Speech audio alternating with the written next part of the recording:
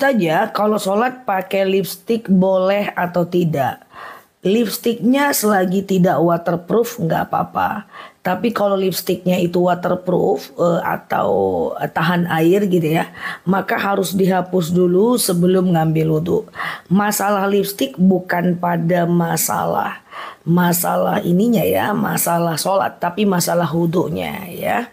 Gitu ya, Robbi zidni ilman. Jadi kalau teman-teman pakai make upnya waterproof, nah itu tidak boleh ya, tidak boleh untuk teman-teman ini apa namanya bawa sholat, harus dihapus dulu baru teman-teman bisa ngambil wudhu.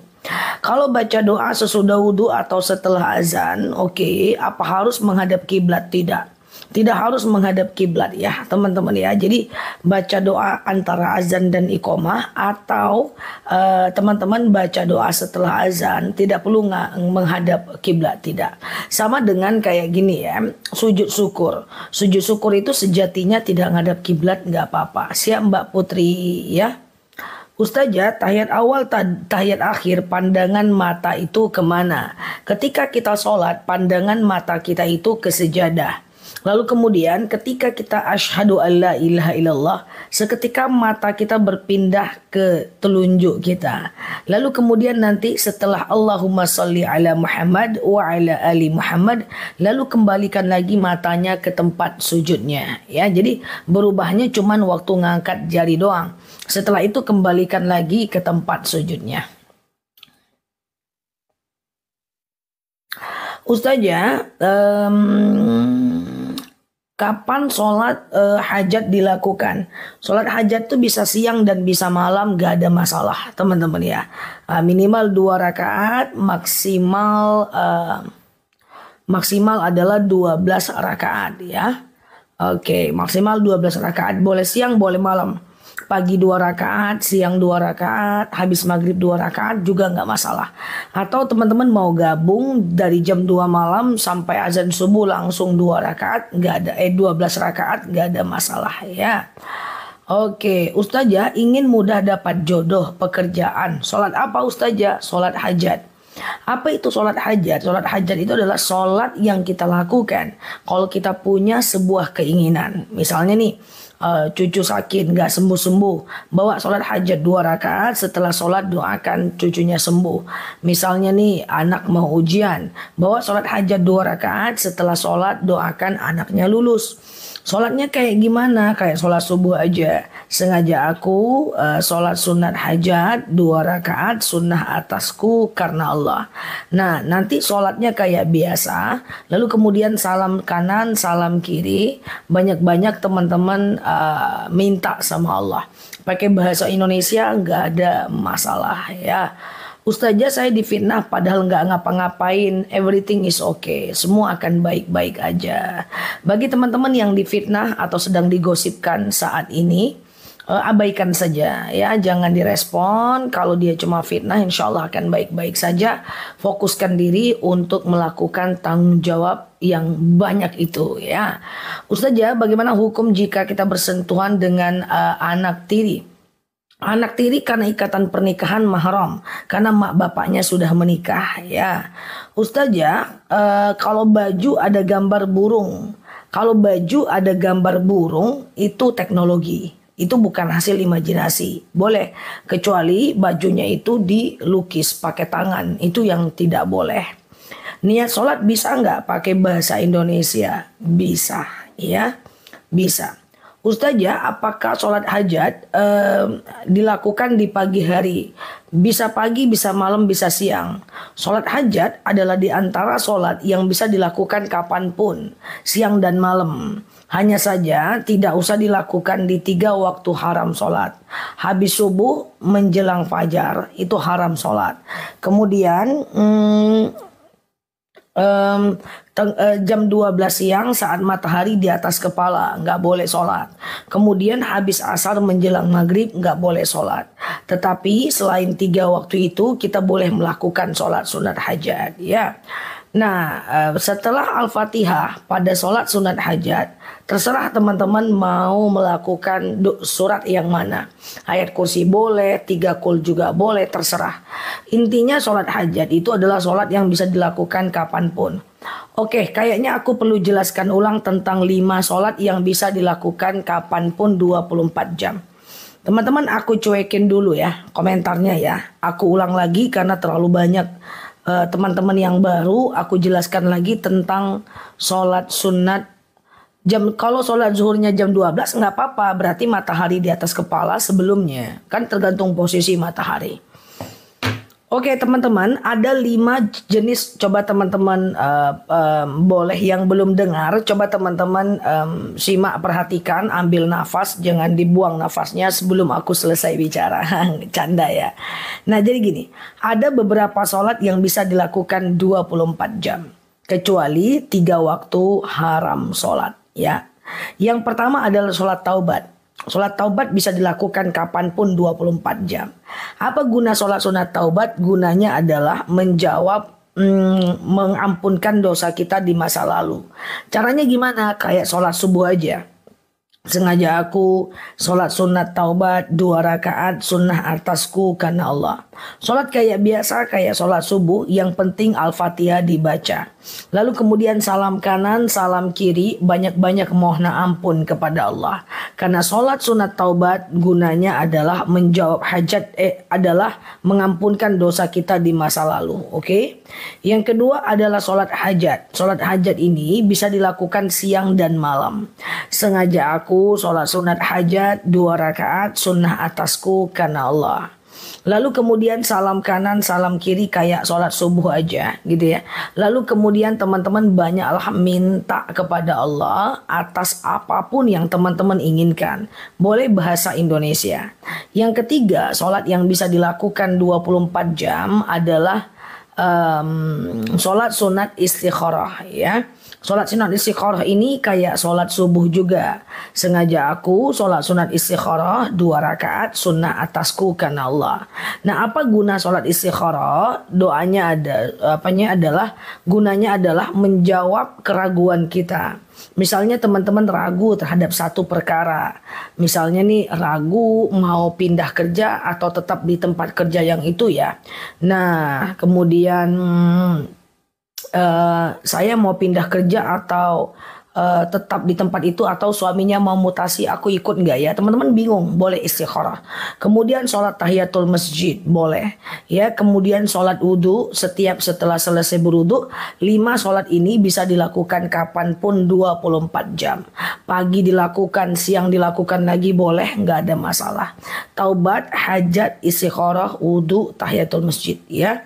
Taubat, hajat, istikharah, wudhu, tahiyatul masjid ya. Itu kapanpun boleh, siang dan malam. Jadi kalau ada yang nanya, Ustazah kapan waktu sholat taubat? Kapanpun. Kapan waktu sholat hajat? Siang malam? Kapanpun. Boleh nggak setelah sholat duha? Boleh. Boleh nggak setelah sholat zuhur? Boleh. Boleh nggak aku sholat hajat itu dilakukan setiap habis sholat aja? Boleh. Kecuali habis sholat asar dan sholat subuh kayak gitu. Boleh nggak dilakukan setelah jam 7 pagi? Boleh. Ustazah sholat taubat tuh waktunya kapan? Siang dan malam gitu loh. Jadi biar nggak ragu lagi nih teman-teman, bahwa 5 jenis sholat tadi kapanpun teman-teman bisa lakukan kayak gitu ya. Jadi nggak ada waktu khususnya, kapanpun boleh ya. Siap Mbak Eli, Mbak Virgo ya gitu ya. Paham ya? Ustazah biar nggak malas sholat duha gimana? Malas itu nggak apa-apa ya, cuman tetap dikerjakan. Oke, jadi malas itu nggak apa-apa. Saya sering bilang sama teman-teman semuanya bahwa tidak perlu kok kita selalu bersemangat. Yang penting tetap dikerjakan. Ustazah saya lagi semangat nih, saya mau sholat duha 8 rakaat kayak gitu ya. Nah besok lagi malas nggak ngerjain ya. Kita nggak perlu semangat guys. Kita hanya perlu tetap mengerjakan dengan konsisten ya. Jadi aku ulang lagi, jangan menyandarkan harapan pada semangat. Semangat itu cuma 2 hari 3 hari aja nyoh. Itu pun tahiyat hendak pula. Jadi kerjakan aja. Lagi semangat kerjakan, lagi malas tetap kerjakan. Apakah aku selalu bersemangat? Tidak juga. Cuman aku tetap mengerjakan. Jadi kalau ada pertanyaan, Ustazah saya malas sholat duha, nggak apa-apa malas. Yang penting tetap kerjakan. Nanti malesnya akan hilang sendirinya. Jadi kita mengerjakan ibadah itu karena tanggung jawab, bukan karena kita pengen atau sekedar bersemangat ya. Gitu ya teman-teman ya. Oke. Ustazah kalau sesekali nggak apa-apa. Kan dia nggak wajib. Ustazah, sholat taubat ada bacaan ayat khusus nggak? Nggak ada mbak. Yang penting apapun boleh. Yang penting salam kanan, salam kiri. Nanti teman-teman banyak istighfar aja ya. Gitu ya. Intinya kan konsisten ya kan. Nah orang-orang yang akan kalah itu hanya orang yang semangat di awal. Bahkan berapa banyak orang yang gagal karena semangat. Semangat dia buka pecel lele. Semangat. Rupanya seminggu udah ada orang beli, ditutupnya. Semangat jual ayam geprek, lagi semangat-semangatnya, baru sebulan tutup. Nggak bisa konsisten gitu. Lagi semangat nih, lagi semangat nih olahraga, nge-gym, bayarnya udah sebulan, datang cuma 3 hari. Itu udah di luar kepala aku tuh. Semangat aku naik sepeda Nel, aku mau beli sepeda terbaik sejagat raya. Sekali sakit-sakit kaki, nggak usah sepedaan bikin sakit kaki. Nah itu. Jadi semangat itu justru banyak yang gagal orang karena semangat. Termasuk mahasiswa semangat ngerjain skripsi. Wah semangat, datanglah dia. Datang kita koreksikan. Kita bukan mau nyoret. Coret sikit. Ini perbaiki anak, ini perbaiki. 3 bulan gak datang-datang lagi. Kenapa kamu gak datang? Nggak semangat aku bu, dicoret katanya. Jadi semangat atau tidak tetap aja kerjain kayak gitu ya. Bahkan semangat itu banyak membuat orang gagal. Coba aja dibuktiin. Jadi semangat atau tidak tetap dikerjakan. Aku entah kapan semangat dalam hidup aku juga nggak tahu. Karena prinsipku bukan semangatnya. Aku tetap mengerjakan walaupun sedang tidak semangat ya. Oke, semangat bersihkan rumah sekali aja sebulan. Oke, Ustazah, iya, zikir pendek habis duha, zikir pendek nggak ada, zikir panjang banyak ya. Tapi pada faktanya nanti zikir itu bisa teman-teman kerjakan dengan apapun ya. Zikir itu apapun yang memuji-muji Allah ya. Ustazah, caleg ngasih uang tapi suruh tusuk ambil aja kasihin pondok boleh nggak ya? Nggak boleh ceritanya. Kalau dia udah suruh-suruh cucu itu udah namanya udah sogok menyogok. Nggak boleh ya. Ustazah, sedang halangan sedang halangan zikir siang malam boleh. Ustazah, sujud apa boleh dengan bahasa Indonesia? Doa sujud kalau mau pakai bahasa Indonesia tutup bibirnya, ucapkan dalam hati. Ya, sebenarnya kan doa sujud terakhir yang paling masyhur itu adalah Allahummarzuqni makhraja ya. Allahummarzuqni makhraja. Ya Allah, berikan aku jalan keluar. Kan itu kan. Nah, teman-teman ya. Nah, tapi kalau teman-teman mau pakai bahasa Indonesia boleh aja ya. Oke, Ustazah. Nah, ini dia ya, doa sujud terakhir ketika mau habis sholat. Temanku saat dia semangat sholatnya, tapi karena keinginannya dia belum tercapai. Akhirnya sekarang nggak sholat lagi. Iya itu ceritanya itu si kawan-kawan itu ya kan. Jadi mereka itu ibadah tuh kalau semangat aja. Bilang sama temennya, hati-hati nanti kamu istidroj. Istidroj itu adalah Allah berikan nikmat saat kita tidak beribadah. Ya, tercapai keinginan kita nggak sholat, tercapai keinginan kita nggak ibadah, tercapai keinginan kita nggak sholat. Itu istidroj. Nanti akan ada musibah datang belakangan. Nauzubillah. Ya, Ustazah, iya, Allahummarzuqni makhraja. Ya, kalau kita tahu hutang sholatnya, gantinya di waktu sholatnya. Sengaja aku qada zuhur 4 rakaat lillahi ta'ala. Ya. Oke, Ustazah, aku di sujud terakhir baca doa Nabi Sulaiman. Boleh. Kalau bahasa Indonesia tutup bibir, ucapkan dalam hati. Kalau bahasa Arab boleh dilafazkan dengan berbisik. Ya. Nah, Doa pendek setelah sholat duha itu boleh ya. Allahumma firli zambi wa tub alayya boleh. Ustazah, iya, iya siap Mbak Virgo. Itu band Mbak Virgo. Ustazah, demam nih ya. Ustazah, sholat gimana kalau sholat sering kencing? Setiap pergesekan keluar cairan. Kalau udah pasti cairannya keluar semacam kencing, berarti dia batal ya teman-teman ya. Berarti dia batal kalau dia memang keluar seperti kencing ya. Nah teman-teman ambil wudhu lagi ya. Ustazah, iya, bolehkah sholat isyraq dilakukan di rumah? Halo Mbak Syahdu, kalau dilakukan di rumah, kalau dia dilakukan di rumah, dia tidak dapat pahala haji umroh. Kalau teman-teman mau melakukan sholat isyraq, itu bagusnya agak sekali seminggu pun jadilah. Lakukan, pergilah ke masjid ya kan. Lakukan sholat subuh 2 rakaat, lalu itikaf sampai datang waktu syuruk ya kan. Lalu sholat syuruk 2 rakaat, pahalanya 1 kali haji, 1 kali umroh. Jadi kalau mau dapat pahala 1 kali haji, 1 kali umroh, maka teman-teman mesti gabung ya, gabung dengan iktikaf. Oke. Oke, kalau haid nggak perlu dikodo untuk puasa ya. Puasa ganti nggak perlu kodo kalau puasa untuk sholat ya. Yang perlu kodo itu untuk puasa. Ya sholat nggak usah kodo kalau lagi haid. Yang kodo itu pas puasa. Siap Mbak Yens ya. Ustazah, iya, bagaimana niat umroh untuk suami yang telah meninggal? Mbak pergi umroh dulu, Mbak pergi ke situ, pergi umroh seperti biasa. Setelah itu besoknya Mbak ngambil mikot lagi, ya ngambil niat lagi di Tanim. Mbak pasang niatnya begini. Nawaitu umrotan an, sebutkan namanya. Fulan bin Fulan, kayak gitu ya. Labbaikallahumma umrotan, kayak gitu ya. Jadi langsung teman-teman tawaf kayak biasa. Misalnya nih kan sebutkan namanya, nawaitu umrotan an siapa bin siapa, lalu labbaikallahumma umrotan, lalu kemudian teman-teman pergilah umroh ya.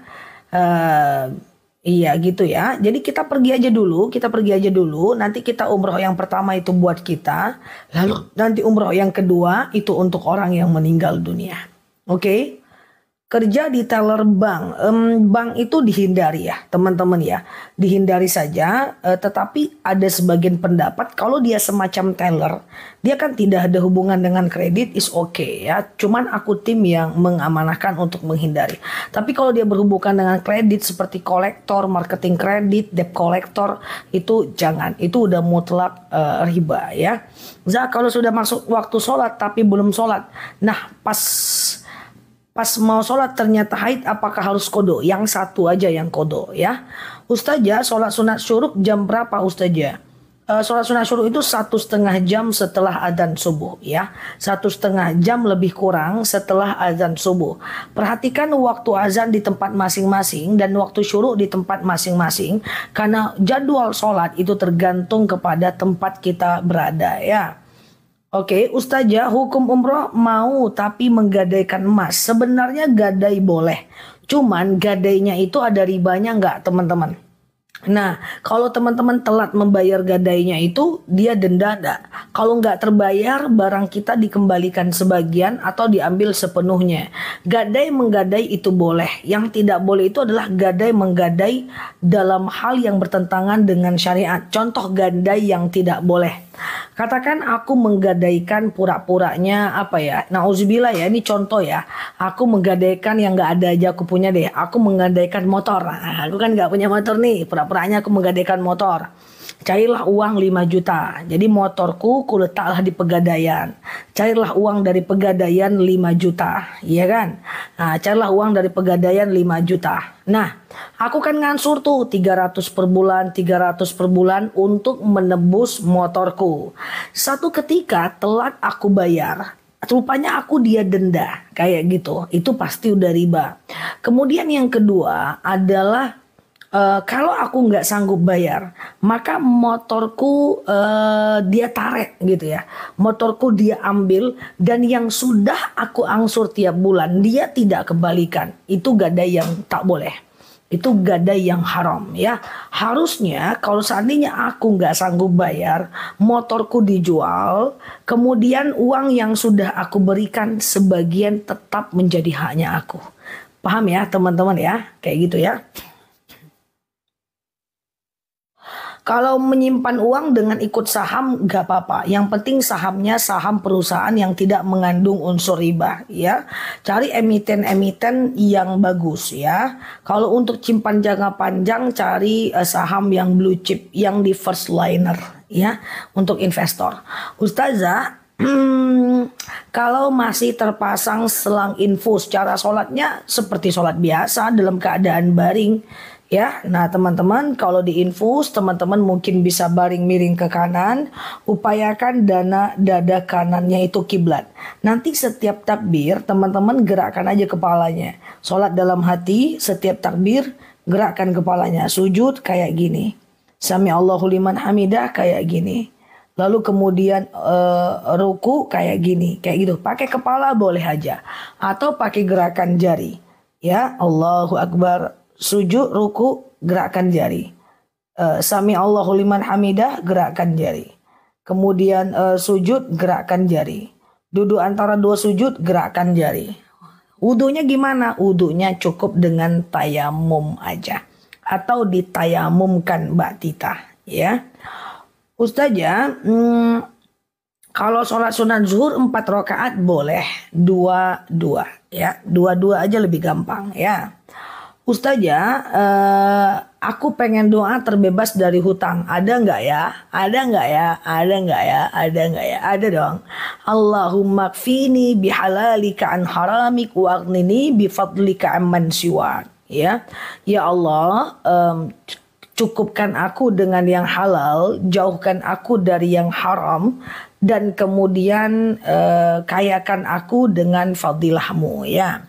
Nah ini dia doa supaya terlindung dari hutang riba atau hutang lainnya. Itu udah aku sematkan ya.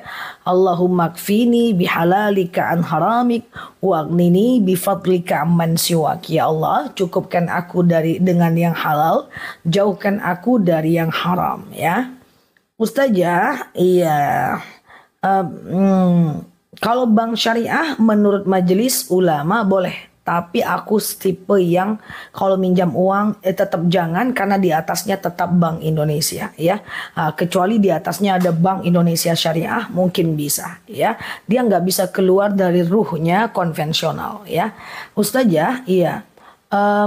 Kalau sholat selalu jenazah yang punya hutang katanya tidak perlu disolatkan. Salah itu ya. Apapun kondisi jenazahnya, tugas kita tetap menyolatkannya. Aku pernah satu ketika dibangunkan jam 2 malam ya oleh masyarakat di satu kawasan. Ustazah, ada apa? Bantu Ustazah, ngapa? Ada mayat tak mau dimandikan, masyarakat tak mau nyolatkan. Lah kenapa? Karena dia meninggalnya lagi mabuk kayak gitu. Nah saya bilang ya udah kumpulkan masyarakat itu, kumpulkanlah Pak RT Pak RW-nya. Akhirnya saya bilang meninggalnya nih mayat karena apa? Itu urusan dia dengan Allah. Mau dia meninggal dalam keadaan zina, mau dia meninggal dalam keadaan mabuk, itu urusan dia dengan Allah. Nah urusan kita dengan Allah adalah memfardu kifayahkan dia. Urusan kita dengan Allah adalah mengurusi dia. Kalau kita nggak ngurusin, satu kampung kita tetap berdosa. Oh tapi kan dia jahat Ustazah. Ya jahat dia, urusan dia dengan Allah. Tanggung jawab kita juga urusan kita dengan Allah. Jadi tetap kita harus memandikan jenazahnya. Walaupun dia jenazah yang jahat sekaligus. Karena kalau kita tidak melakukan kewajiban kita, kita juga tetap berdosa. Itu sama dengan kayak gini ya. Sama dengan kayak gini ya teman-teman ya.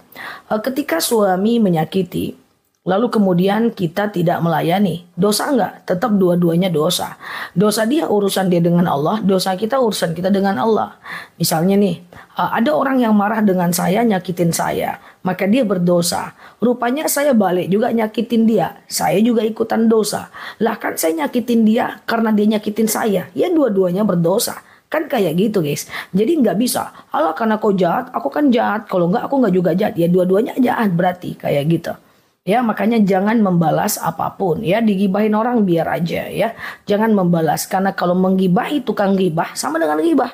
Misalnya nih ada yang gibahin aku, terus aku balik gibahin dia. Sama dua-duanya sama-sama gibah. So sesama gibah jangan saling menyerang gitu ya. Nah kita satu level lah di atas itu ya. Satu level di atas itulah. Orang-orang yang punya level dia nggak ngurusin itu ya teman-teman ya. Ustaz ya, batas sholat duha itu jam berapa? Batas sholat duha 1 jam lah menjelang azan subuh, menjelang azan zuhur ya teman-teman ya. Ustaz ya, oke. Kalau 100 gram keluarkan 2,5 gram baita ya, keluarkan 2,5 gram baita ya. Zakat emas itu 2,5 gram, 2,5%. Kalau 100 gram berarti keluarkan zakatnya 2,5 gram ya. Ustazah, Ustazah kalau niat nabung saya untuk beli sapi kurban terus nggak jadi dipakai untuk umroh, nggak apa-apa, kan bukan nazar, kan bukan nazar. Aku pengen nabung untuk beli tas, rupa-rupanya karena udah hijrah nggak jadi deh, untuk umroh aja boleh. Atau misalnya aku mau nabung untuk kurban, nggak jadi kalau gitu aku kurban umroh aja deh, itu bisa. Atau dibalik, aku pengen umroh nggak jadi aku kan udah umroh, aku potong aja 2 ekor sapi, boleh, nggak masalah. Yang penting kan dia bukan nazar. Kalau nazar harus persis, kalau nggak nazar nah gitu nggak apa-apa. Ustazah, tolong jawab rawatibnya. Ada apa dengan rawatib? Rawatib itu adalah dilakukan 2 rakaat sebelum subuh, 2 atau 4 rakaat sebelum zuhur, 2 atau 4 rakaat setelah zuhur, 2 rakaat sebelum asar, 2 rakaat sebelum setelah maghrib, 2 rakaat sebelum setelah isya. Khusus sebelum maghrib, sebelum isya dan sebelum asar itu hukumnya sunnah biasa, tidak sunnah muakkad. Oke, intinya adalah selain setelah sholat subuh dan sholat asar ada sholat, tetapi tidak semuanya sunnah muakkad ya, gitu ya. Terlalu cepat teman-teman. 2 rakaat sebelum subuh, 2 atau 4 rakaat sebelum zuhur, 2 atau 4 rakaat setelah zuhur, 2 rakaat sebelum asar, 2 rakaat sebelum setelah isya, 2 rakaat sebelum setelah maghrib. Lakukan aja lah semuanya, kan bentar aja kan. Nah cuman tidak ada sholat setelah asar dan setelah subuh. Udah gitu aja. Ustazah, arisan emas bayarnya sesuai naik turun harga emas, itu gimana? Arisan emas tetap bayar emas, memang kayak gitu teman-teman. Arisan emas bayar emas, sama dengan hutang emas bayar emas ya. Ustazah, sedekah Al-Quran atas nama orang tua tapi nggak ditulis namanya, tetap dapat pahala nggak? Ya dapat pahala dong. Karena dapat pahala itu kan bukan karena tulis nama, tetapi al-aslu fi syai'in muqayyid bihaqmi syar'i, tapi karena perbuatannya, bukan karena namanya. Ya, kita mewakafkan Quran atas nama orang tua kita, yang berdoa adalah kita, tidak perlu di Quran itu ditulis namanya, nggak masalah kok ya. Ustazah, saya suka sholat duha tapi nggak bisa doanya, nggak apa-apa. Doa pakai bahasa Indonesia aja lah. Sengaja aku sholat sunat duha 2 rakaat sunnah atasku karena Allah. Sholat kayak biasa, kayak sholat subuh, yang penting Al-Fatihah dibaca. Nanti salam kanan, salam kiri, banyak-banyak teman-teman berdoa pakai bahasa Indonesia, nggak ada masalah ya. Zakat kepada keponakan boleh, yang penting ponakannya itu fakir atau miskin mbak. Fakir yang tidak bekerja, miskin bekerja tapi nggak cukup uangnya. Ya, jawab dong, siap dong. Ustazah, kalau kita baca Al-Quran lalu kita kentut, gimana hukumnya? Wudhu saat baca Quran itu sebanyak yang mengatakan sunnah. Ya, jadi tidak wajib wudhu saat baca Quran menurut Imam Nawawi, salah satu pengikut madhab Imam Syafi'i. Tetapi kalau seandainya teman-teman ada sebagian yang mengatakan wajib ya, lebih baik berwudhu ya. Tapi bukan berarti ketika tidak berwudhu tidak bisa baca Al-Quran. Banyak orang-orang hafal Quran, dia pegang Quran juga kemana-mana ya kan. Oke, Ustazah tidak miskin. Saya tidak miskin, tapi dapat zakat dari kakak yang kaya. Ya nggak boleh lah. Ya, orang yang berhak menerima zakat itu hanyalah orang-orang yang fakir, yang tidak bekerja, atau miskin bekerja tapi nggak cukup uangnya. Ya kan?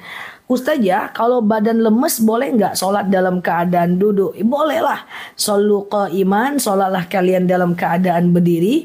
Fa'ilam tastati faqaidan. Kalau nggak bisa, sholatlah kalian dalam keadaan duduk. Fa'ilam tastati fa'ala jam. Kalau nggak bisa, baring miring ke kanan. Kalau nggak bisa, telentang. Aku menjauh, aku nggak pede. Jerawatku kelihatan. Iya, cinta, cus ya. Pura-pura guys. Ustazah, untuk sujud terakhir, berarti kalau kita pakai bahasa Arab bisa agak diucapkan ya. Iya, isi doa seperti bahasa Indonesia, boleh. Jadi kan kayak gini guys, kalau bahasa Arab boleh kayak gini. Kalau bahasa Indonesia kayak gini. Kayak gitulah pura-puranya, ya kan. Ustazah, nenek saya di titik sakaratul maut, mau terus kayak kakak saya dituntun bisa. Ya, kayak gitu. Mau terus dituntun kakak saya ya kayak gitu. Jadi kan sakaratul maut itu kita talkinkan guys, ya kan. Nah, ini kakinya kita pegang. Kalau kakinya masih panas, kita boleh ucapkan semacam ucap la ilaha illallah, ucap la ilaha illallah. Tapi kalau kakinya udah dingin, coba tengok pahanya. Kalau pahanya masih panas, masih bisa tuh. Ucap la ilaha illallah, la ilaha illallah. Ternyata pahanya sudah panas, tengok perut ya sudah dingin, tengok perutnya dingin nggak? Kalau perutnya dingin masih bisa. Ucap la ilaha illallah. Tapi kalau perutnya udah dingin dan kemudian dadanya sudah panas, maka dalam kondisi kayak gitu nggak bisa lagi ucap la ilaha illallah. Cukup Allah, Allah, Allah, Allah, Allah saja. Allah, Allah, Allah saja. Karena takutnya pas kita suruh dia bilang la ilaha illallah, pas la ilah dia meninggal. Kan itu jadinya dia meninggal. Kan jadinya itu tidak ini ya teman-teman ya. Artinya tiada Tuhan ya. Zakat penghasilan dikasih ke nenek boleh ya. Boleh ya. Oh iya, cara talqin aku belum buat VT tapi udah sering di ceramah-ceramah, nanti kita ulang lagi ya. Ulang cara talqin, ada yang mau ulang cara talqin? Jadi mentalkinkan jenazah tuh kan gini guys ya. Ini pura-puranya mayat. Nggak usah inilah yang ada kepalanya. Nah, oke, ini adalah mayat, ini kepalanya, ini kakinya. Caranya kalau teman-teman mentalkinkan jenazah, teman-teman ucapkan ke telinganya. Ucapkan la ilaha illallah, la ilaha illallah. Itu kalimat talqin. Pegang ujung kakinya nih. Kalau ujung kakinya masih dingin, masih aman. Coba dilihat lagi, ternyata ujung kakinya ini udah dingin. Kalau dia masih panas, aman. Tapi kalau dia udah dingin, berarti nyawa nggak ada lagi di kaki. Nah, coba pegang betisnya. Kalau betisnya masih panas, masih aman ya. Langsung ucap la ilaha illallah, ucap la ilaha illallah. Nah, ternyata kakinya sudah dingin, pegang perutnya. Kalau perutnya masih panas, masih bisa ucap la ilaha illallah, la ilaha illallah. Ternyata perutnya sudah dingin, nyawa sudah tinggal di dada. Udah bahaya. Kalau nyawa cuma tinggal di dada, maka teman-teman hanya boleh ucap Allah, Allah, Allah, Allah, Allah saja. Nah, ada beberapa pakem dalam mentalkinkan jenazah. Pertama, jangan sering ajak dia bicara. Kemudian karena kita berharap kalimat terakhir yang keluar dari mulut dia adalah kalimat la ilaha illallah. Kemudian yang kedua adalah kalau dia sudah ngomong la ilaha illallah, jangan lagi ajak ngobrol. Harapan kita itu kalimat terakhir yang keluar dari mulutnya. Kemudian yang ketiga, jangan terlalu dipaksa-paksa dia untuk mengucapkan kalimat itu. Kenapa? Nah, jadi itu karena jangan dipaksa. Karena kenapa? Karena kalau seandainya dipaksa juga kayak gitu ya, dipaksa juga nanti takutnya dia marah karena dia merasakan sakit ya, nanti dia marah dengan kalimat itu.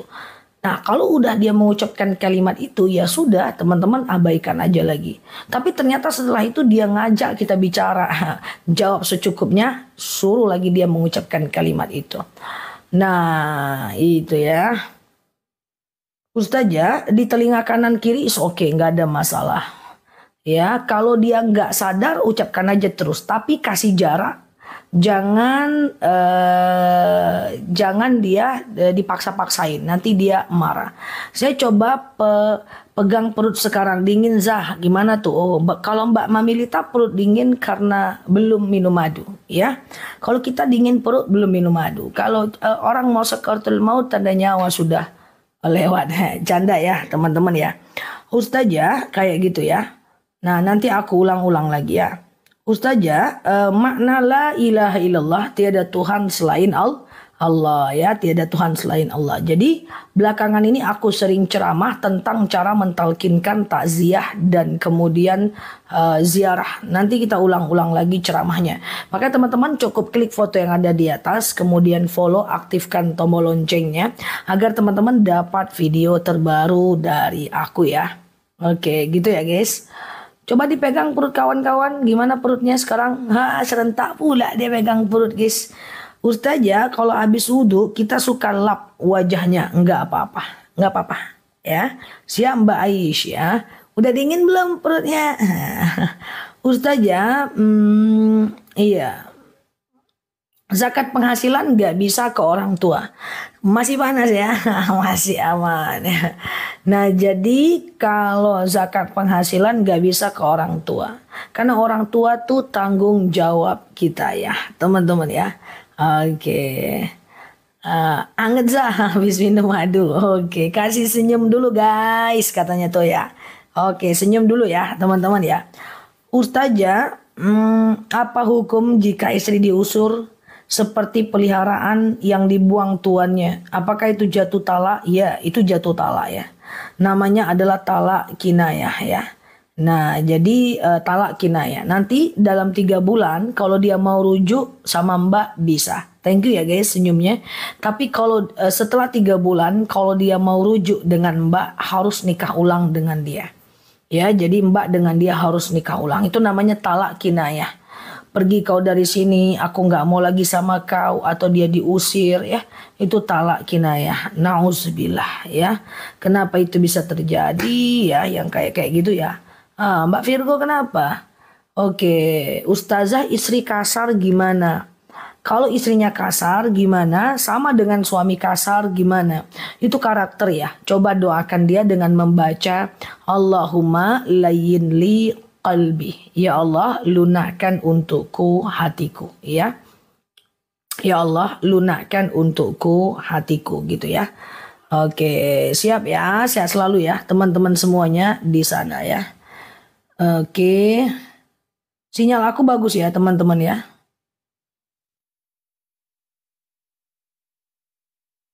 Oke, Allahumma layyin li qalbahum. Ya Allah, lunakkan untukku hatinya ya. Ustazah, gimana cara menghitung zakat penghasilan? Hitung aja berapa total penghasilan sebulan. Keluarkan 2,5%. Kalau 10 juta keluarkan 250.000. Kalau 20 juta keluarkan 500.000. Ya kalau 7 juta keluarkan 175.000. Oke gitu ya. Ciri-ciri orang yang mau meninggal aku nggak tahu. Kalau aku tahu mantap kali aku. Karena malaikat Jibril pun tak tahu. Ya kan. Nah nggak ada. Kalau ada yang tahu itu juga bukan sebuah kepastian. Makanya tugas kita cuma mentalkinnya aja. Kalau kita tahu ciri-ciri orang meninggal mantap kali. Banyak kali yang mau berkawan sama aku. Nel aku kapan-kapan meninggalnya Nel. Gitu ya. Jadi nggak ada ya. Ustazah, cewek usia 43 tahun belum nikah, coba rukyah mandiri tapi muntah, wajah menghitam, badan gatal-gatal. Nggak apa-apa, lanjut aja ya, lanjut aja. Itu detok ya teman-teman ya, itu detok ya. Ya kayak gitulah, insyaallah ya. Itu cuma penyakit biologis aja insyaallah ya. Ustazah, iya zakat penghasilan apa bisa dibayar seminggu sekali Ustadz? Bisa. Yang penting kan setelah 1 bulan dia tetap aja. Kalau orang penghasilannya mingguan dan dia kemudian ingin melakukannya mingguan itu nggak masalah kan. Misalnya nih penghasilannya seminggu 2 juta. Dia keluarkan setiap 2 juta 50.000. Nggak apa-apa.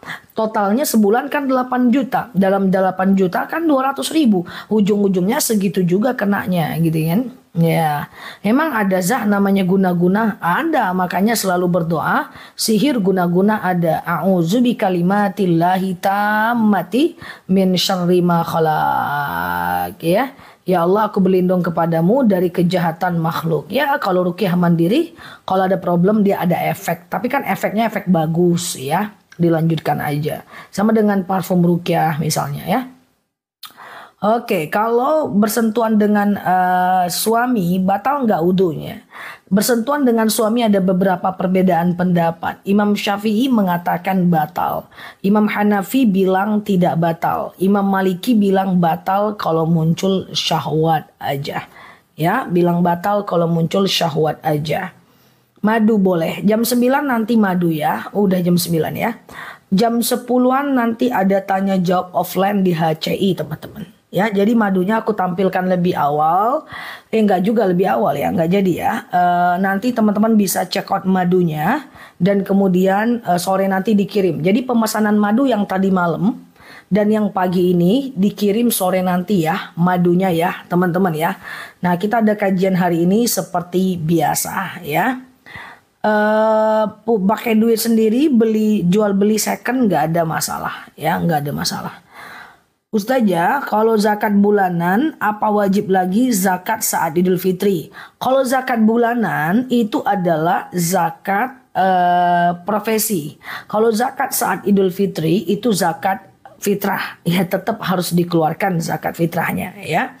Kalau nemu uang di jalan ya teman-teman sedekah saat kita mau di Raudhah.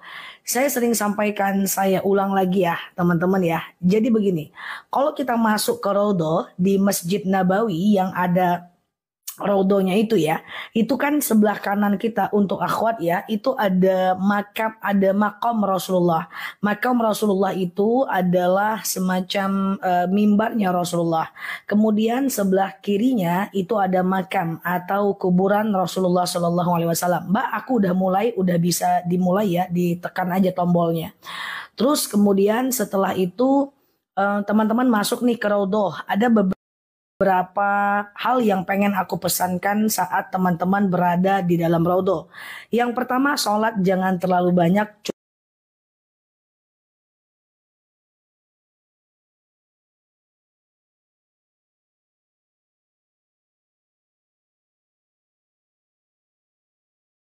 Bisa sholat hajat itu paling oke sih teman-teman ya. Sholat taubat itu kan tujuannya mengampunkan dosa kita. Sholat hajat itu menjawab hajat dan keinginan kita. Atau kalau mau 2 rakaat sholat hajat boleh. Atau kalau di waktu duha ke Raudhahnya boleh sholat duha. Nah setelah itu teman-teman boleh melakukan sholat. Setelah sholat lalu teman-teman berdiri ya. Nah jadi berdiri gitu ya. Nah teman-teman berdiri lalu kemudian setelah itu menghadap ke kiblat. Jangan menghadap ke makam karena di makam itu adalah bagian dari kuburan. Jangan menghadap juga ke makam, ke mimbar Rasulullah, ngadapnya adalah ke arah kiblat. Nah, setelah teman-teman ngadap ke kiblat, lalu teman-teman banyaklah berdoa dan usahakan doanya itu menghadap kiblat. Boleh pakai bahasa Indonesia, boleh bahasa Arab. Nah, ingat kalau di Raudhah itu banyak-banyakkan berdoa karena perintah sholat itu cukup dengan 2 rakaat saja ya. Siapa yang sholat di dalam Raudhah itu bagaikan sholat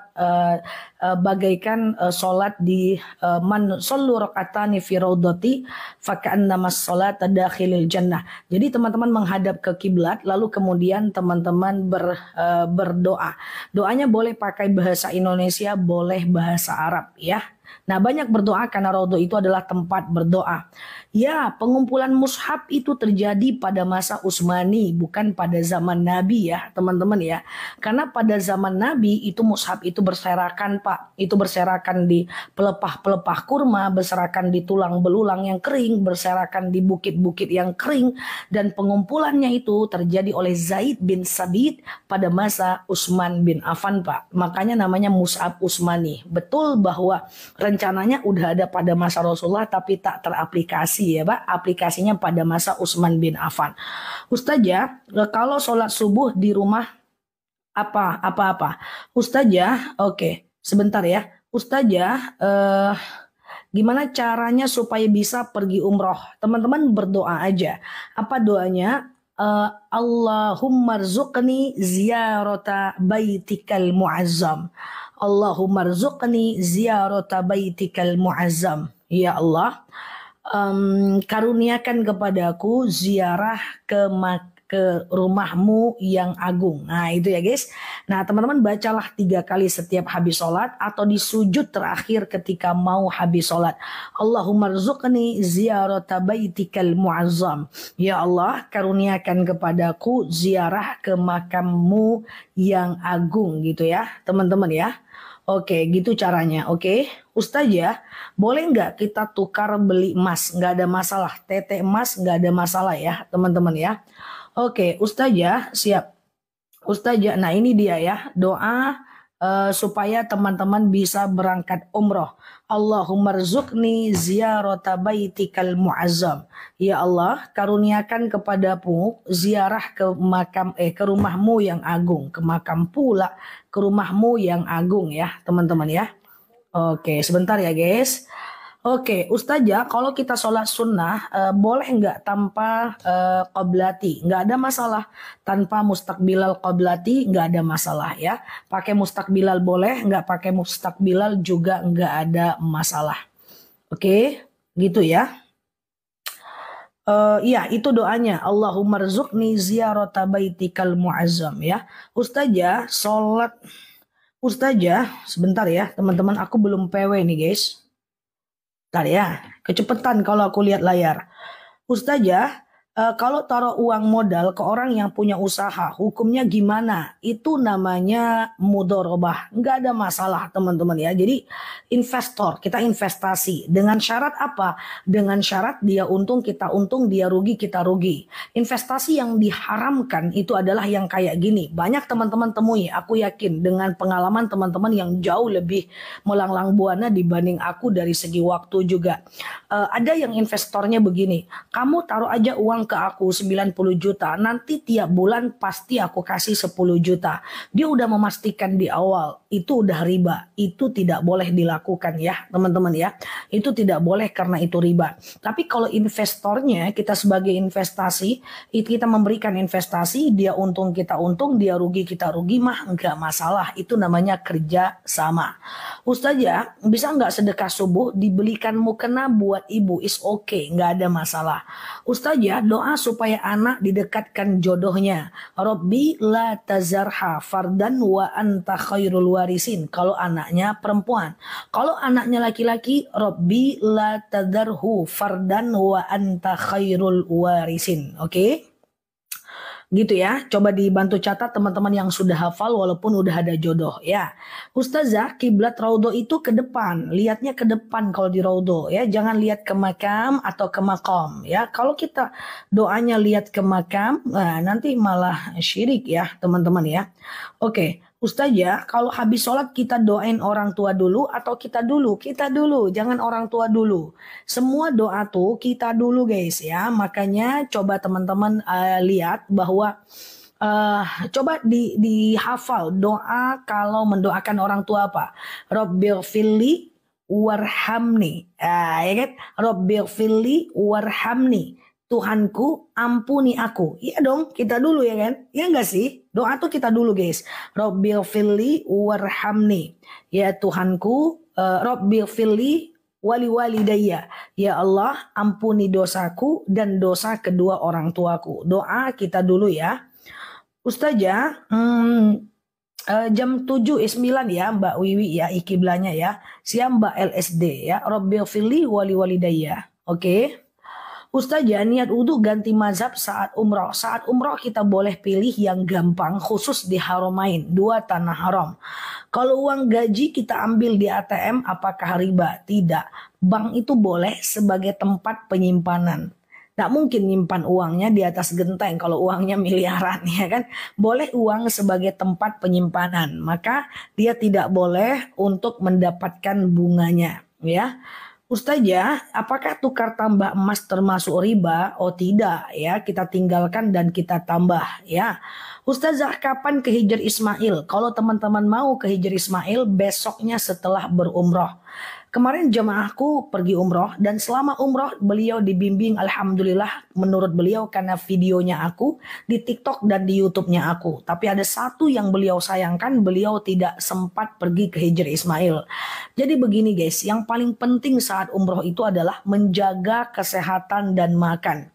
Makan jangan terlalu banyak, nanti ada penumpukan di dalam tubuh sehingga kita menjadi lemas. Kemudian dibanyakkan minum dan kurangi stres. Karena kalau kita pergi umroh itu kita jalan kaki sampai 7 kilometer.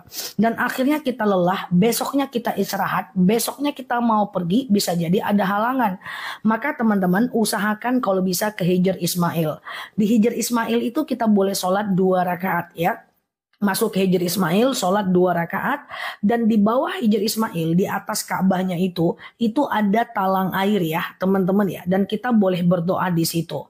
Teman-teman kalau di keramaian saat umroh, apakah di Hijr Ismail, kalau teman-teman diusir, teman-teman geser aja 1 meter atau 2 meter dan boleh dilanjutkan sholatnya. Ya, intinya kurangi stres dan everything is okay. Selagi teman-teman bawa name tag itu aman-aman aja ya, teman-teman ya.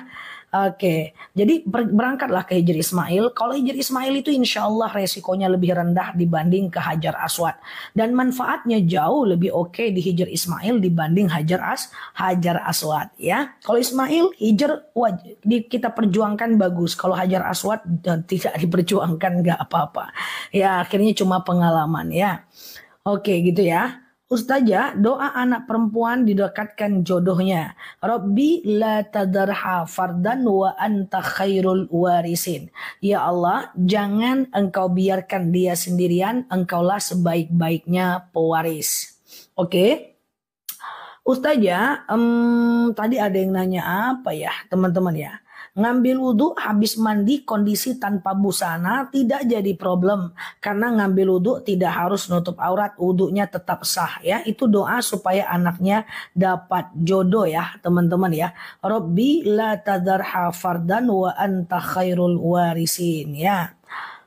Oke gitu ya. Kesal dengan sikap kakak karena dia upload kekayaan adik saya dan adik-adik saya gibahin dia, apakah termasuk dosa? Jangan digibahin, diingatkan. Guys dengerin aku, kasih senyum dulu. Kalau ada orang salah jangan digibahin, emangnya dia bisa berubah dengan digibahin? Belum tentu dia dengar. Yang saya repot itu adalah ada orang yang salah digibahin. Nah, thank you ya teman-teman senyumnya di pagi minggu ini. Guys, dengerin aku, mesti nurut teman-teman ya. Dalam hal ini harus nurut ya. Sami'na wa ata'na ya. Jadi jangan bantah-bantah soal ini. Kalau ada orang salah jangan digibahin. Orang salah diingatkan. Oke? Gitu ya. Paham ya teman-teman ya. Nanti marah aku, marah aku. Nih kan ada orang salah terus kita gibahin. Cuman malaikat yang dengar, orangnya nggak dengar. Ya telepon, janganlah kayak gitu Kak, ya kan? Ada orang salah jangan digibahin ya, apalagi disindir-sindir. Belum tentu juga dia tahu, jangan-jangan salah alamat sindirannya, ya kan? Oke, udah ada yang benar kok, pilih yang salah, oke? Oke, takut dinasehati nanti dia tersinggung, Zah. Belum tentu. Lebih baik dia tersinggung daripada kita gibahin. Toh tersinggungnya dia, niat kita baik. Kita nggak akan dosa kok. Namanya kita nasehatin. Nggak ada untungnya gibah, didengar juga enggak. Iya kan, dapat dosa juga ada. Oke, keep moving ya. Kalau ada orang salah, ingatkan. Kalau digibahin, ingat mukaku. Kata Ustazah Nela nggak boleh gibah. Oke, gitu ya. Tapi kebanyakan kayak gitu ya, teman-teman ya. Ada yang salah kita gibahin. Pengen ngomong tapi takut, ya kan? Iya ya, kayaknya bukan cuman Mbak Vivi. Dari wajah-wajah orang nih gitu-gitu juga dulu ya kan. Sekarang juga iya aja. Oke, ya, oke gitu ya teman-teman ya. Oke. Ustazah, gitu apa? Oke, ya gitu ya teman-teman ya. Udah kelewatan itu. Siap Mbak Yumna. Ustazah, tidak mengamini orang sholat subuh gimana? Tidak mengamini kunut nggak masalah ya. Yang penting siap Mbak Lina. Yang penting adalah teman-teman ikuti aja imam sah kok. Karena imam mengganti kesalahan ibadah kita yang lama ya. Ibadah kita yang salah. Ribah tuh apa Zah? Macam-macam kue Oreo. Ribah itu ngomongin orang yang buruk-buruknya ya. Nah, jadi ingatkan saja apapun resikonya. Kan kita ngingatkan pakai bahasa yang baik. Khotibun nas biqadri ukulihim, ajarkan orang sesuai dengan kemampuan bahasanya.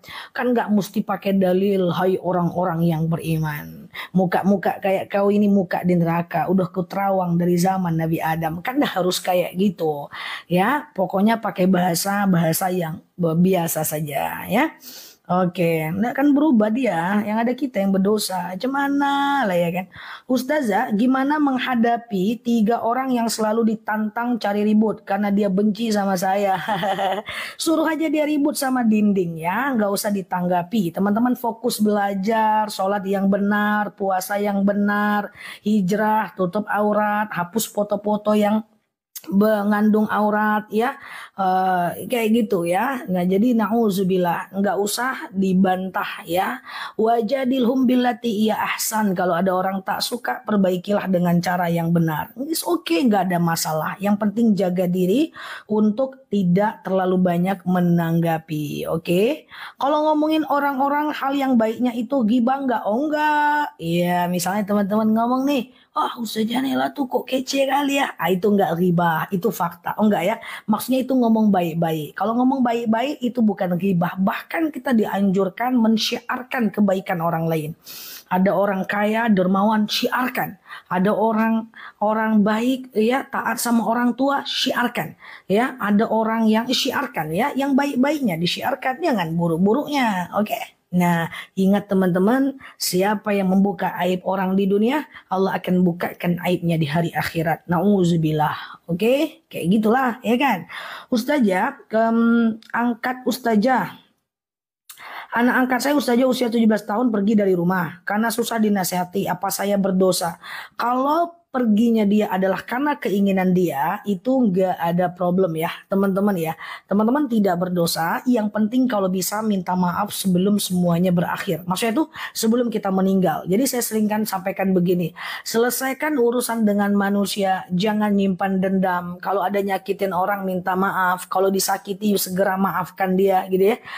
Selesaikan di dunia. Karena kalau kita tidak selesaikan di dunia, maka hakim yang akan menjadi pengukurnya adalah Allah. Nauzubillah. Jadi teman-teman usahakan teman-teman untuk menyelesaikan semua masalah di dunia. Bila perlu sih nggak usah ada problem ya.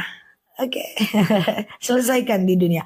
Kalau ada yang bertahun-tahun gak sapaan, sapa assalamualaikum, mohon maaf lahir batin ya, cukup kok itu, gak ada masalah. Oke, Ustazah, istri kedua apakah sama dengan pelakor? Tergantung. Pelakor itu kalau dia mengganggu, kalau dia mendahului poligaminya dengan pacaran, itu pelakor. Tapi kalau dia mendahului poligaminya tidak dengan pacaran, mungkin dijodohkan oleh istri pertama, atau mungkin karena faktor istrinya sakit sehingga dia diikhlaskan menikah, is okay. Ya, Ustazah, saya minta maaf tapi tak diberi maaf, gimana? Enggak apa-apa. Yang penting teman-teman usahakan memaafkan. Usahakan meminta maaf. Orang itu memaafkan atau tidak itu urusannya dengan Allah Azza wa Jalla. Oke? Ustazah, khatibun nas biqadri ukulihim itu artinya apa? Ajarkan manusia, khatibun nas, khutbahkan manusia, ajarkan manusia biqadri dengan kadar ukulihim akalnya. Maksudnya apa? Kita itu harus bicara dengan orang sesuatu yang dia pahami dengan bahasa dia, dengan bahasa yang masuk ke isi pikiran dia, kayak gitu ya, teman-teman ya. Oke, kayak gitu ya. Nah, jadi seperti itu. Kemarin aku Zoom dengan mahasiswaku, salah satu ada yang komentar, Ibu nih kalau di live bisa ngomongnya sederhana. Kalau sama kami banyak kali istilah-istilahnya. Nah, saya bilang kalau mahasiswa harus pakai istilah-istilah ilmiah karena itu tempatnya dan harus ngerti istilah ilmiah. Tapi kalau kita macam ini tidak usah tahu istilah ilmiah, nanti malah ngeblunder, ya kan? Nah, itulah menempatkan bahasa pada tempatnya biar bisa dipahami dengan orang atau dengan masyarakat atau dengan anak dengan siapa itu bahasanya harus berbeda ya. Ustazah, utang riba apakah tetap ditagih di akhirat? Kalau hutangnya udah lunas, hutangnya tidak dituntut lagi, tapi ribanya tetap mengandung dosa ya. Bertaubat saja, berjanji tidak mengulang lagi sebelum teman-teman mengakhiri hidup. Kayak mana ya? Ya kayak gitulah guys, maksudnya guys, sebelum mengakhiri hidup. Maksudnya sebelum kita meninggal kayak gitu ya, sebelum kita meninggal dunia. Oke, selesaikan saja. Insya Allah semua masih ada waktu untuk menyelesaikan persoalan hutang, persoalan orang lain tersinggung karena kata-kata kita. Insya Allah masih ada waktu ya. Oke, Ustazah, apa salah tidak dimaafkan? Apa salah yang tidak dimaafkan itu bisa menjadi penghambat rezeki? Tidak. Jadi intinya kayak gini guys. Kaidahnya adalah al-aslu fil af'al muqayyid bihukmi syar'i. Kita itu hanya dihitung karena perbuatan kita, bukan respon orang terhadap perbuatan kita. Jadi kayak gini teman-teman. Jika kita itu udah meminta maaf kepada orang lain, maka kita udah terbebas dari kewajiban meminta maaf. Persoalan orang itu memaafkan nanti atau tidak, itu adalah urusan dia dengan Allah. Oke, kita nggak diminta lagi pertanggungjawaban. Ustazah, kalau Mbak Fi, Ustazah, ada sirah nabawi warna hitam Mbak Walismi. Oke, yang aku rekomendasikan warna hitam. Ada dong. Ustazah, kita sholat dalam keadaan azan belum selesai. Boleh nggak? Enggak. Ya, jadi jawab azan dulu, minimal 1 kali azan, baru teman-teman sholat ya. Karena menjawab azan itu adalah wajib, walaupun ada sebagian yang mengatakan sunnah muakkad. Oke, jadi jawab azan dulu, baru teman-teman sholat.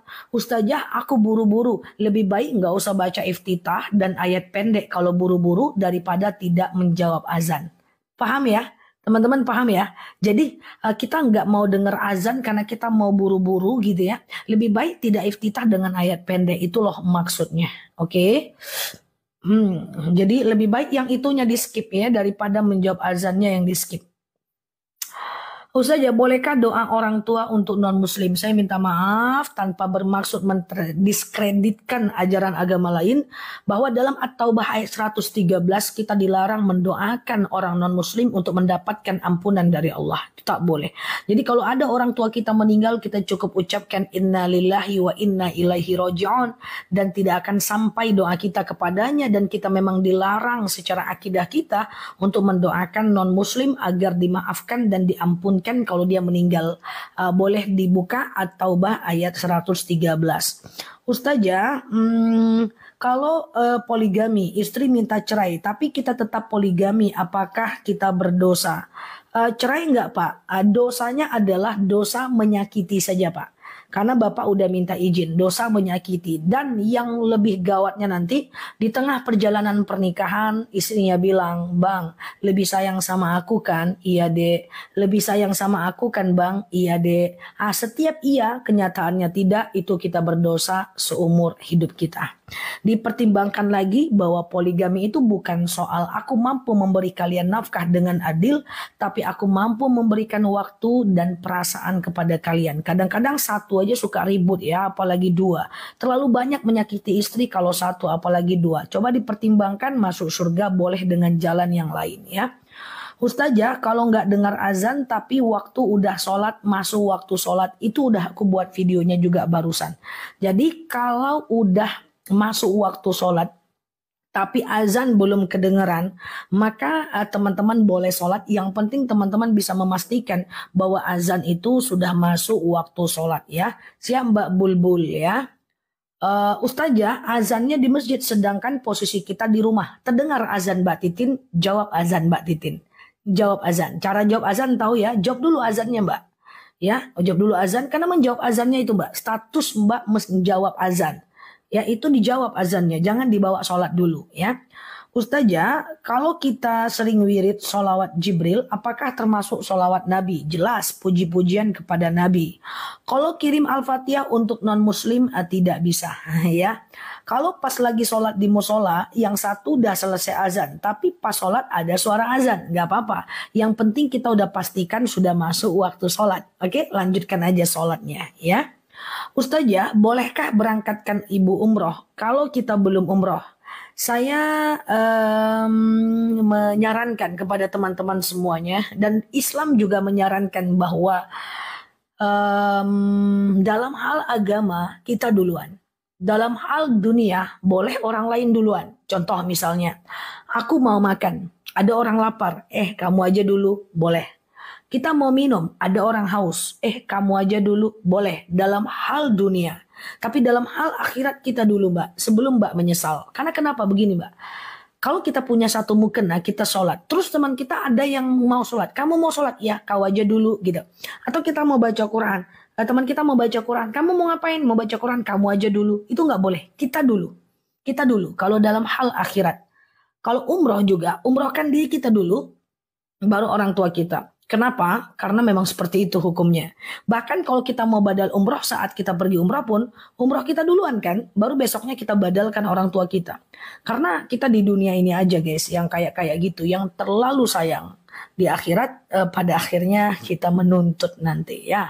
Cara jawab azan gimana? Ketika muazinnya bilang Allahu Akbar, kita jawab Allahu Akbar, kita jawab Allahu Akbar. Kita jawab Allahu Akbar, kita jawab Allahu Akbar, Allah. Aku lanjut ya. Oke, maaf ya teman-teman ya. Oke, jadi begini ya teman-teman ya. Ketika muazinnya bilang Allahu Akbar, kita jawab Allahu Akbar, Allahu Akbar. Ketika muazinnya bilang asyhadu alla ilaha illallah, kita jawab asyhadu alla ilaha illallah. Ketika muazinnya bilang asyhadu anna Muhammadar Rasulullah, kita jawab asyhadu anna Muhammadar Rasulullah. Ketika muazinnya bilang hayya 'alas shalah, kita jawab la haula wala quwata illa billah. Ketika muazinnya bilang hayya 'alal falah, kita jawab la haula wala quwata illa billah ya. Maka kayak gitu caranya. Nah, ketika muazinnya bilang sebentar ya.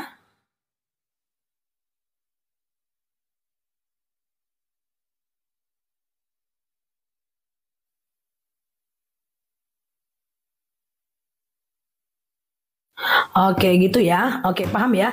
Teman-teman boleh share-share tautan, tap-tap layarnya ya. Oke, Ustazah, kalau di Taiwan tidak ada azan, gimana cara sholat tepat waktu?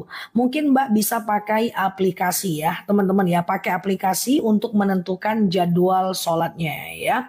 Teman-teman, apakah sudah paham cara azan? Oke, kayak gitu ya, teman-teman ya. Oke, kemudian tadi aku mau jawab apa ya? Semoga aman ya sinyalnya ya. Ustazah, kalau kita udah usaha mendidik keluarga, lalu kemudian gagal, gimana caranya? Jadi gini guys, Nabi Nuh dengan Nabi Lut, itu kurang usaha apa sebagai Nabi mendidik anak istrinya untuk jadi anak yang soleh. Tapi juga pada akhirnya tidak bisa. Jadi tugas kita cuma mengingatkan dan mendoakan. Perkara mereka mau atau tidak, itu urusan mereka dengan Allah. Yang penting adalah kita udah mengingatkan dan mendoakan. Ingat, kita nggak bisa menolong orang lain dengan memberikan hidayah kepadanya. Yang memberikan hidayah itu adalah Allah Azza wa Jalla, bukan kita. Oke, kalau kita orang tua meninggal, kita tak mau menyolatkan gimana? Menyolatkan tetap fardu kifayah. Sebenarnya tidak berdosa, tapi kita rugi karena kita tidak melakukan itu. Kalau bisa kan kita menjadi bagian dari fardu kifayah ya, teman-teman ya. Kita menjadi bagian dari fardu kifayah. Ustazah, kalau orang yang sudah diruqyah tapi masuk lagi, gimana solusinya? Tetap kalau orang yang suka kesurupan, ruqyah aja sendiri. Ya, dia harus melakukan ruqyah rutin. Caranya gimana? Dia ambil wudhu, lalu kemudian dia kembali ke sejadah, lalu dia kemudian membaca ayat-ayat ruqyah. Apa saja ayat ruqyah? Al-Ikhlas, misalnya nih ayat ruqyah adalah Al-Fatihah, kemudian ayat kursi, kemudian 3 kul, kemudian Al-Baqarah 1-5, kemudian Al-Baqarah 1-6. Kalau bisa ada air di depannya, lalu dihembus, lalu kemudian dia minum air itu sebagai wasilah untuk menghadapi makhluk-makhluk itu. Nah, kemudian jangan lupa juga untuk teman-teman berdoa, a'udzu bikalimatillahi tammati min syarri ma khalaq.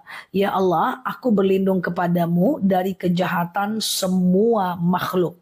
Ya Allah, aku berlindung kepadamu dari kejahatan semua makhluk. Suami pinjam uang istri, apakah harus dibayar?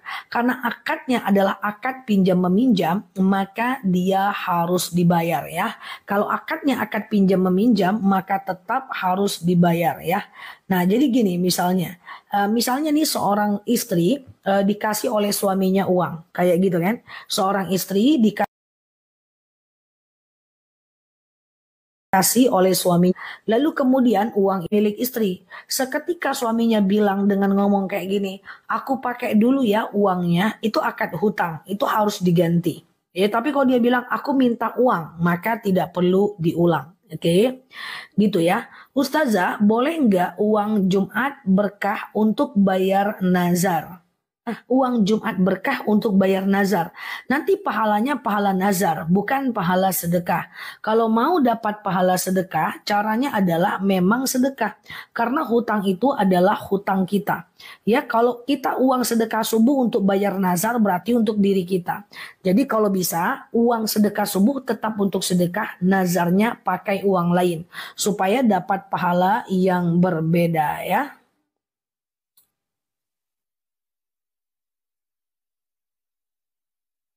Oke, Ustazah, iya. Niat sholat hajat disatukan dalam satu rakaat atau bagaimana? Dua niat sholat hajat, satu dua-dua aja. Sengaja aku sholat sunat hajat 2 rakaat sunnah atasku karena Allah.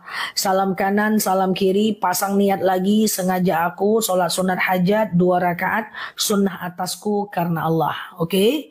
Ustazah, seandainya ada uang untuk daftar haji dan umroh, sementara usia udah 40 tahun. Sebenarnya adalah umroh duluan gak ada masalah. Karena Rasulullah SAW juga umroh dulu baru Rasulullah berangkat haji. Jadi sebenarnya nggak terlalu bermasalah sih mau teman-teman umroh dulu atau haji. Iya gitu ya, umroh dulu atau haji. Oke, Ustazah, boleh nggak kalau kita witir di masjid dikeraskan pakai mic? Boleh. Ketika orang lain melakukan usaha-usaha untuk berzikir, maka setiap kita mendengar, kita juga akan dapat pahala yang sama.